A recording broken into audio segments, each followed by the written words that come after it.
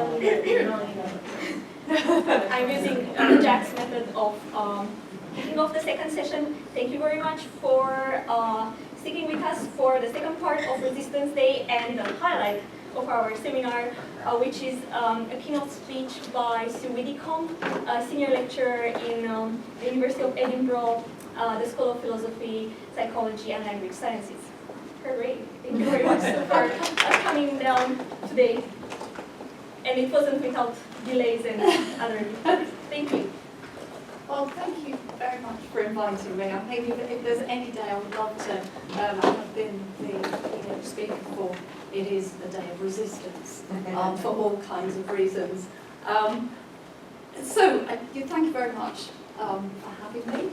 I'm going to talk about some of the work that I've done, and I hope this isn't, perhaps going over ground that you're familiar with, but I hope to animate this work. And I'll talk for sort of, maybe sort of 40, 45 minutes, and then I've got some data. I'm going to give you a choice of the data to look at. So one of the two things that has happened at work in the last few weeks is, one, I found out that my filing cabinets were illegal, and I had to empty them and have them replaced. And the other thing that happened was that I had a new carpet. And these things together conspired for me to sort of dig around, gather all my belongings, which were a little messy, and in the process of doing that, I found my original subcultures tape. And it was just lovely to find them again. And so I with the aid of a little clever digital device, I have digitized extracts from them. And you, apart from Rob and myself, are the first person people ever to hear. So, haven't times changed? So, what I want to do today is talk about resisting category ascriptions in interview talk. And what I'm really concerned with is those kind of questions where people are asked to ascribe a category to themselves. So, what do you feel is your nationality? Are you a goth? Are you a psychologist? Are you a feminist? Are you married or single? And what it turns out is that these questions often seem rather difficult. They present problems, and what we find is that people sometimes modify those, or they resist those kind of category labels, they reject them, even where for various reasons it seems that those are potentially very relevant kind of category labels. So just to kick off, here is Jeremy. Do you think of yourself as middle class? I don't know. Listen, I live in my own house. Well, it's a shared ownership with a bank, actually. It's called a mortgage these days. We'll return to him at the end. So, do you think of yourself as middle class? Oh God, so these kind of sort of situations in which I'm interested, and my interest in these kind of moments was first stimulated many years ago in carrying out some research on subcultures. And one of the really important things, I come from a social identity background. I wanted to get people to talk about being punks, and that was partly because there was very little research actually looking at the way in which people talked about themselves and about their identity and what it meant and so on. But of course, one of the first things to do in order to start asking people about being punks was really to get them to ascribe that identity to themselves. And we've done that indirectly. Sometimes we ask direct questions like, would you call yourself a punk? And here we go. Would you call yourself a punk at all? Well, no, because I don't like labels. I'm just a human being, and like everyone else, really. We're a bit different, I suppose. Yeah.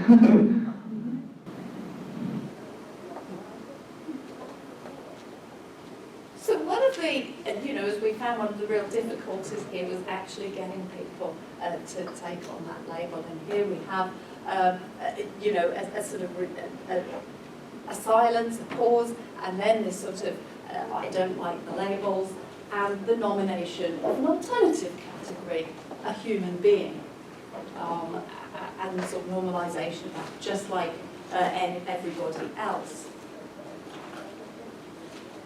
And there's another one.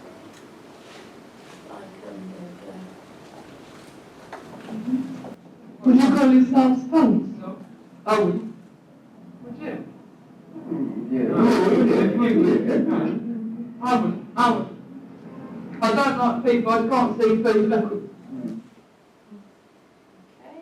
carry on. Calling themselves punks and that. I know it's categorising themselves, which I thought is what it's about. What it's against. It's against that. Individual, being yourself. It's just so bad that so many people They call it singing out with each other, do you know what I mean? So here, and this is an interesting extract because obviously you've got that kind of disagreement between the speakers on one saying I wouldn't, and almost forcing the other one to accept that label. And one of the things I think that we see in this is the sort of accounting process that goes on, the accounting for that. I don't like people, I can't see people calling themselves punks because that's what it's about.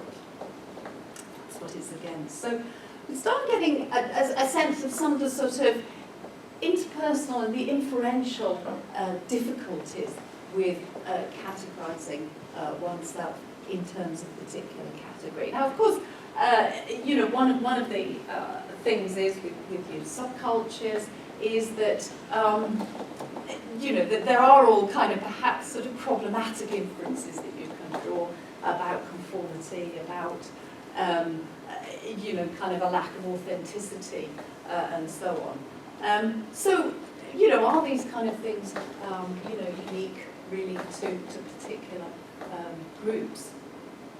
Well, I went really from an interest in subcultures to Syria. And there was a connection, not just the first letter of the categories there, but through an interest in individuality and the way in which people constructed that individuality, because that is what turned out that the work on subcultures came up with. So one of the things I became interested, having done some interviews with Syrians, and I'll say a bit more about that later, but was this question of, are you religious? So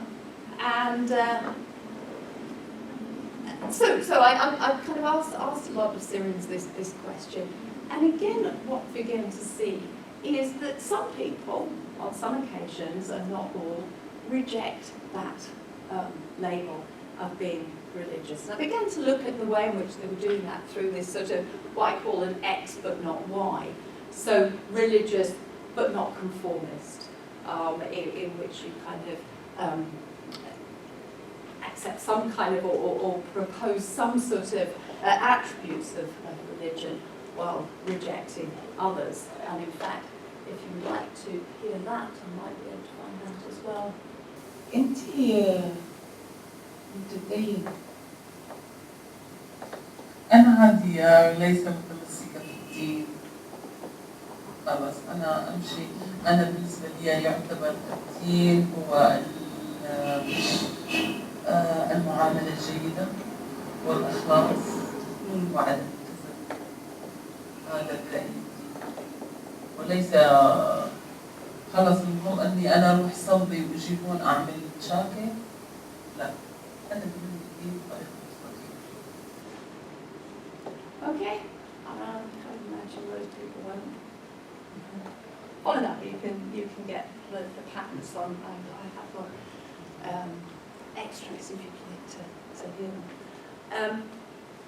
So again, in this extract, are you religious? I'm normal and not a fanatic. Again, proposing two kind of meanings of religion, accepting one, rejecting the other, and of course here we get an extended account of what being religious is all about. So again, through this work, you begin to think, okay, you know, that here we're getting these patterns where there are things that were categories that seem to be appropriate are being rejected. And of course, it wasn't just me and my interviews. We find them in other places. So Susan Condor, for example, was looking at the way people talked about being English. How would you describe your national identity? I have no idea. Is it something you're aware of thinking about very much? Not at all. I don't like it. Don't like the idea of being British. And Steve Fenton similarly, again, recruiting people because they are white English people to talk about national identity. Very similar things. People would reject those kind of categories. And here, of course, Marino and Diliaga also looking at the way in which people talked about ethnic minority status and resisted this sort of notion of what everybody knows.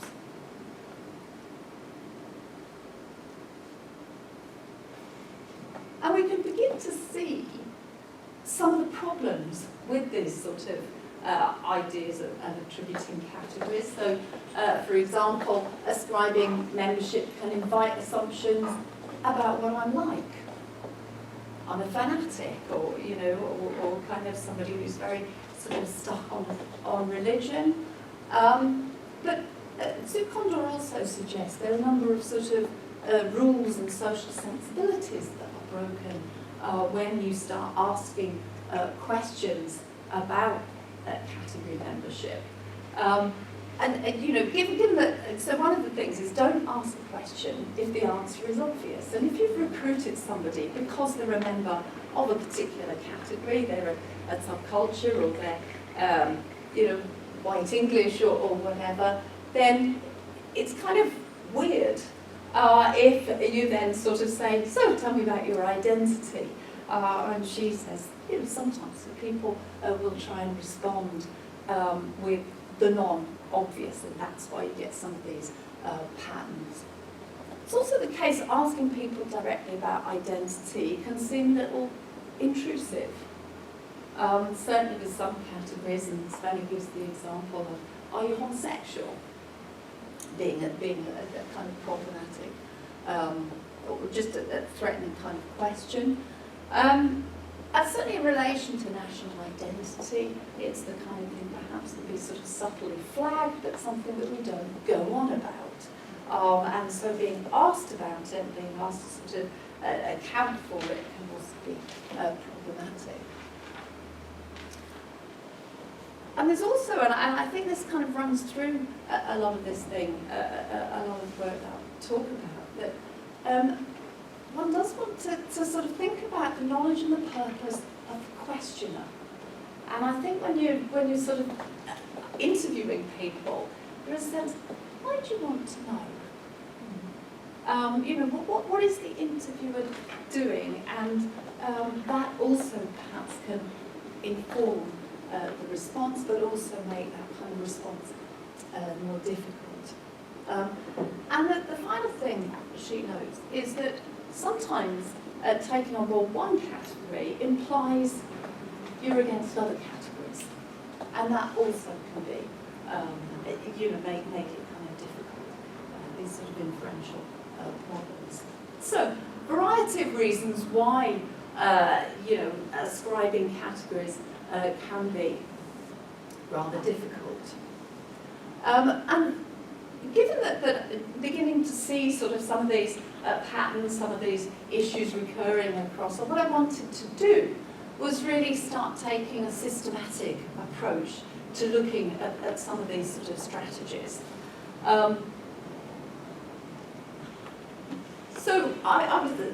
So looking at these sort of question-answer sequences, and then thinking, can we start understanding these strategies a bit better? Now, I have, as I said, spent some time in Syria conducting interviews with Syrians. I had a lot of data. I did 153 interviews altogether, and it was in rather more peaceful times, although I have to say it's been very poignant listening to some of those interviews, especially as people talk about Syria as being somewhere where people lived in peace alongside each other. Anyway, so I kind of pulled out these, in every instance I could find, a question-answer sequence in which people were being asked whether they would regard themselves as a member. So that would include questions like, are you religious? Would you say you are an Arab? What do you feel is your nationality? Are you Muslim or Christian? And all these, they were transcribed into Arabic. I then had to transliterate them in order to allow for the notation. They were translated professionally, so that I had a sort of complete body, but obviously not in CA terms. But any extracts I then used, I transcribed using CA notation. So, adopting a sort of discursive psychology CA approach, I kind of identified 4 patterns of these question-answer sequences. In the first one, we have very minimal confirmation, such as, I'm Muslim. So here's an example. Would you like me to play it for you? Yeah.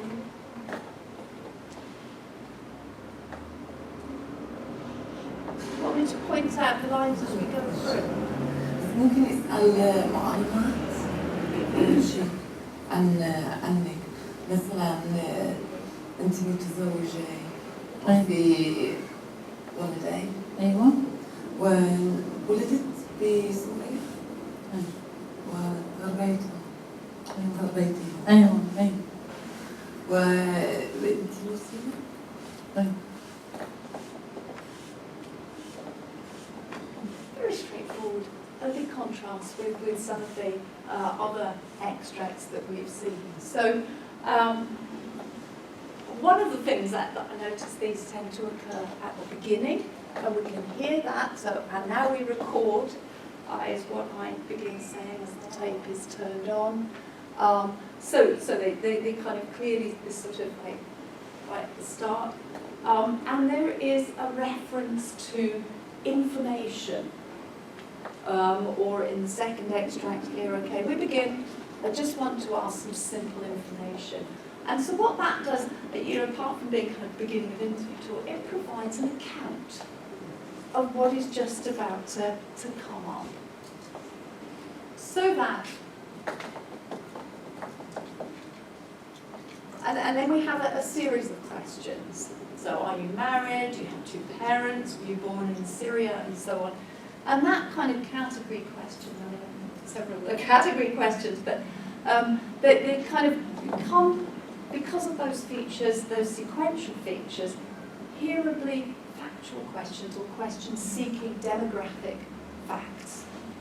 And that's just the kind of thing that we do at the start of an interview, and therefore it's understandable. The purpose is understandable there, and you get this minimal and unproblematic confirmation.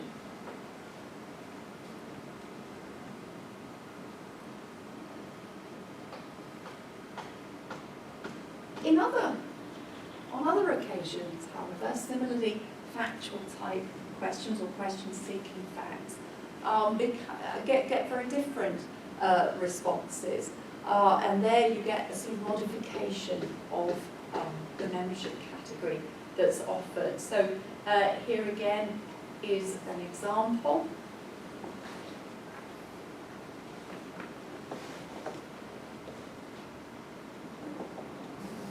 ومن أي تعرف أنت؟ أحد الطوائف الشيعية إسماعيلية. I think one thing that struck me as really interesting about these is that initially there's actually no problem here. I ask the question, what sect are you from? And he provides an answer. One of the Shiites states Ismaili. However, what is interesting here is that there is no uptake. I don't ratify that. And I think there's a nice illustration of the way in which interviews and the category ascription work that goes on there is a joint activity. And I mean, one might sort of say, in a sense, the purpose of asking the question there is because it requires more than, and certainly that not uptaking anything there is receipted as something that treats that answer as inadequate. And so we then get an account, and that account then kind of brings in this sort of X but not Y formulation. ومن أي تعرف أنت؟ أحد الطوائف الشيعية إسماعيليين. إسماعيليين؟ لا إسماعيلي. إسماعيلي انتماء، لكنني رأيي الخاص لا أنتمي لأي طائفة. رأي أجدادي إسماعيلي. انتمائي كأب إسماعيلي، لكن ليس انتمائي. So again, here a contrast between category membership as being familial, my father was Ismaili, or versus personal, that's not my belonging, rejecting the sort of the latter in favour of the former, on the basis of category membership. And there are other examples of those. I rather like this one. هي مسلمة ولا مسلمة؟ تقريبا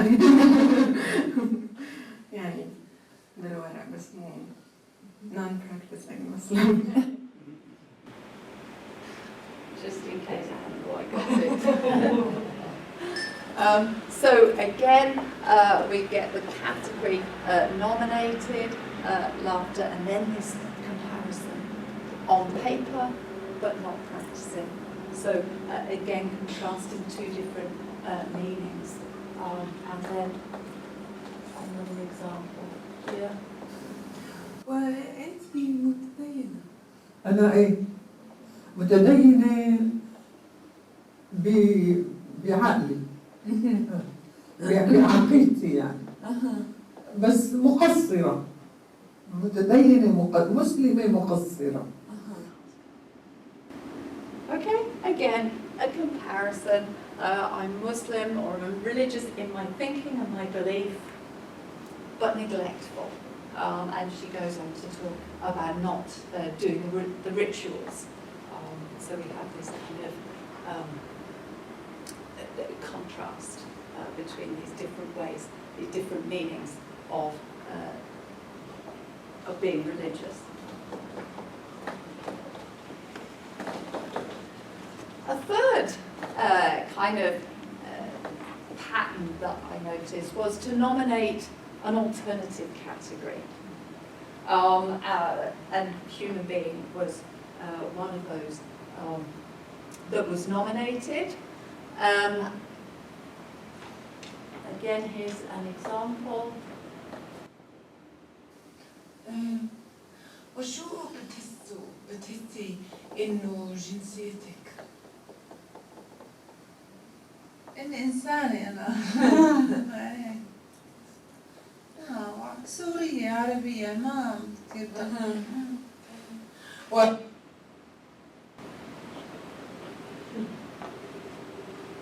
So, with this, the question refers to feelings. What do you feel is your nationality?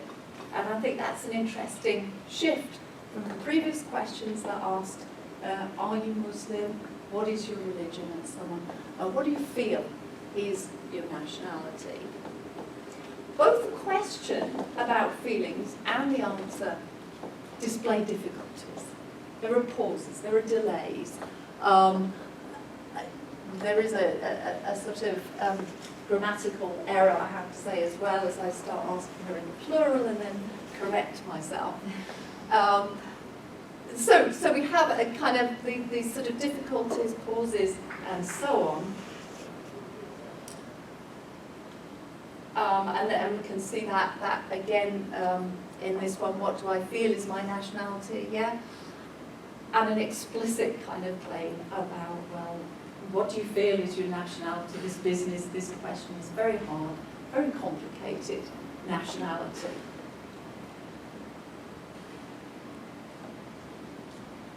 And then there is an alternative nominated. So I'm a human being, or I'm an Arab. And one of the interesting things about those kind of category nominations, I think, is they are more inclusive than the potential alternative. But the alternative is clearly relevant because it is made relevant. So that after I'm a human being, the speaker then says, Syrian Arab? I don't much care for that. So, and if you remember, we've gone from what do you feel is your nationality? I'm a human being. Syrian Arab? I don't care about that. Okay? So you've got an acknowledgement of the potential relevance of a category while nominating an alternative. And similarly there, I'm Arab. I don't feel myself to be Syrian. We've been talking about Syria before that.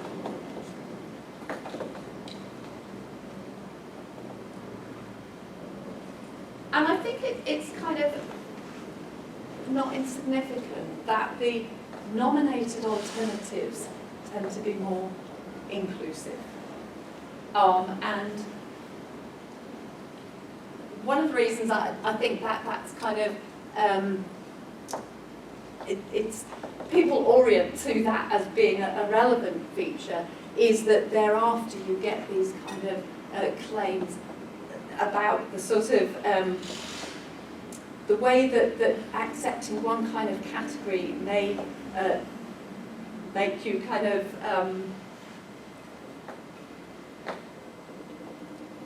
the way that taking on board one category can imply that you're against other categories or members of other categories. So that those kind of inclusive ones and then rejecting the sort of potentially relevant ones also come with this account of being non-prejudiced, of being non-exclusive. So in the I'm an Arab, I don't feel myself that I'm Syrian, that I'm Syrian only. I feel that Syria, that the Arab nations are the homeland of any person. So there's that kind of explicit statement of inclusivity. Here we go. أنا عربية ماني ما بشعر حالي إني أنا سورية لازم أكون أنا سورية معترفة إنه أنا لازم أكون سورية وبس. بشعر إنه كل الوطن العربي هو وطن أي إنسان. Okay, homeland, any person. And similarly, with reference to class. أنا من كل الطبقات مع كل الطبقات ليكي أنا مهما أكون غنية ما بنسى الفقير ما بنسى.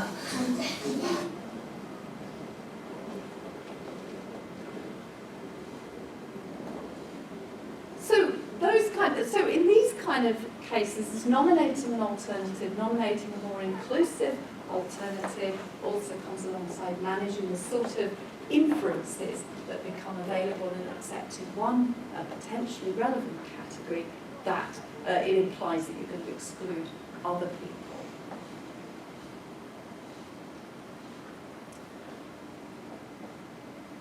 The final strategy that I identified in these question answer sequences is where people deny a category that was previously made relevant.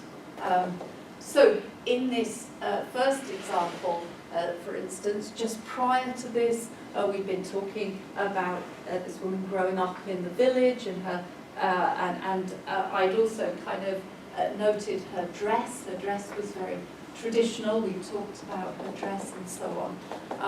And at the end of that, I used this sort of phrase, are you a villager, or literally daughter of the countryside in Italy?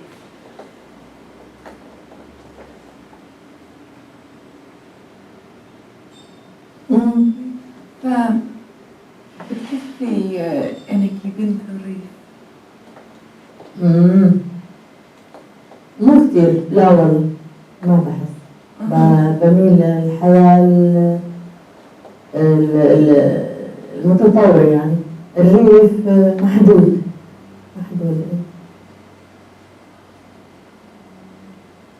So, in these question-answer sequences, the question is seeking confirmation of a category which, to all intents and purposes, has been made relevant. Are you a daughter of the countryside? So it's very interesting that that is rejected,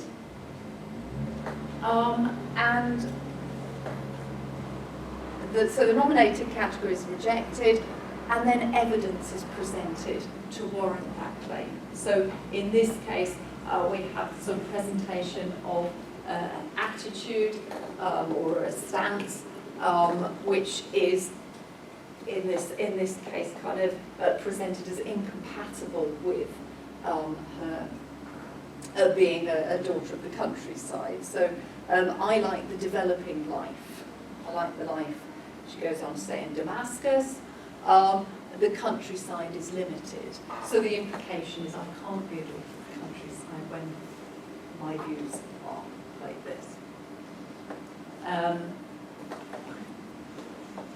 Similarly, again, sort of presenting evidence for a nominated, rejected alternative. And again, we've been talking about being religious just before this.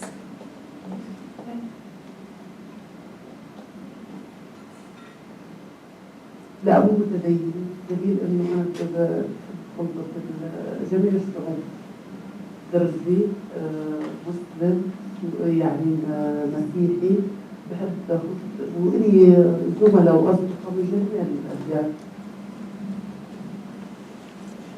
So again, not religious, and then evidence is provided to warrant that claim. I like everybody.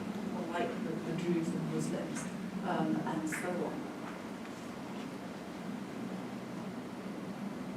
And in fact, some of that, or that kind of pattern of a question seeking clarification or seeking confirmation of a category that is sort of live, that it seems to be relevant, and then rejecting it and providing evidence.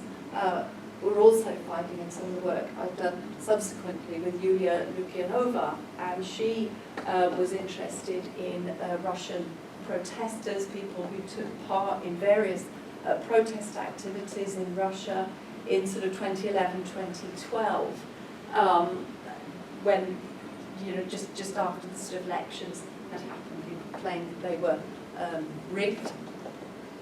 And so she interviewed people about this sort of being part of the opposition and so on, and finding very similar things. You still wouldn't call yourself opposition on those grounds. Well, we can't. To start with, we don't have the power to be the opposition, and our goal, our aim is ecology. So again, here, sort of rejecting a sort of potentially relevant category and providing some evidence for why that's not an appropriate category. So I'll come back to him. So to summarise, on some occasions, asking questions that invite this identity description is very delicate business. And if we look at these kind of four sequences of these sort of question answers, we get a sense of some different ways of sort of responding to those kind of are you a, those direct category describing questions. So sometimes questions that seek hearably demographic facts, greeted with minimal ascription. I've also shown sort of modifying membership claims in response to these factual type questions by invoking some and rejecting other potentially category bound attributes. We've got questions about feelings that are answered by nominating an alternative category and rejecting the significance of that ascribed category, and questions seeking confirmation that result or are answered by rejecting and warranting the rejection of a category.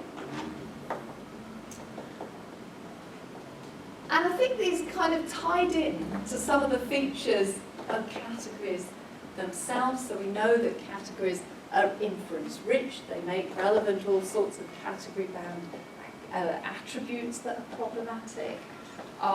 They seem to implicate a potential stance towards other people, which may be dealt with by nominating an alternative.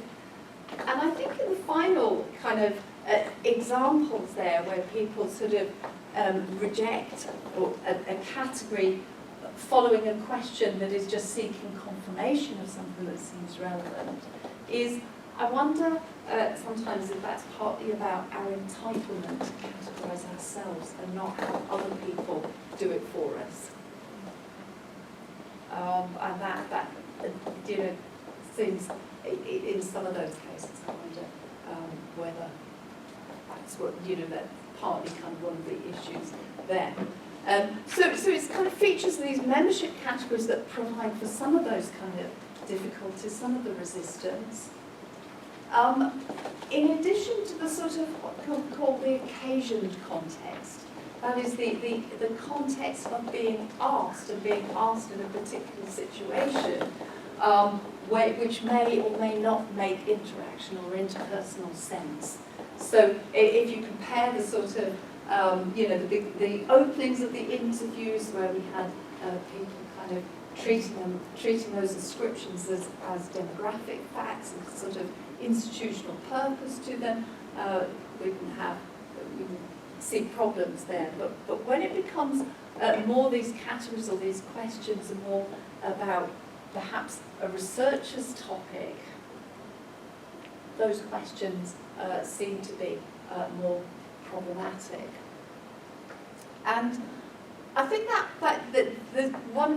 kind of leads us to a paradox, perhaps, that one of the reasons why we might ask people about identities rather than let them emerge spontaneously is because it seems really hard to get people to talk about identities otherwise, or to get kind of material and data on identities, and for that reason we've got a lot of social scientific work which you know, has come through these self-reports in response to direct questioning, but it is in the asking, perhaps, the asking the question itself that leads to the resistance to self-identify. So we've got this kind of wonderful circularity, perhaps, in asking questions about identity, that we then get these kind of ideas of people resisting those identities. So I bet you're all wondering then, so how does he deal with that question? So I'm going to leave you with Jeremy. Do you think of yourself as middle class? Oh, God. I don't know. Listen, I live in my own house. Well, it's a shared ownership with a bank, actually. It's called a mortgage these days. I live in a house. I'm an owner-occupier in my constituency. That puts me in a minority. Yes, every MP has a lifestyle which is, I suppose, more or less middle class, but I see myself as somebody that represents, and proud to represent, a community of the poor and the better off. But above all, it's a community that wants to come together to ensure that everybody can achieve their maximum in life and in society. That's what a better Britain would look like.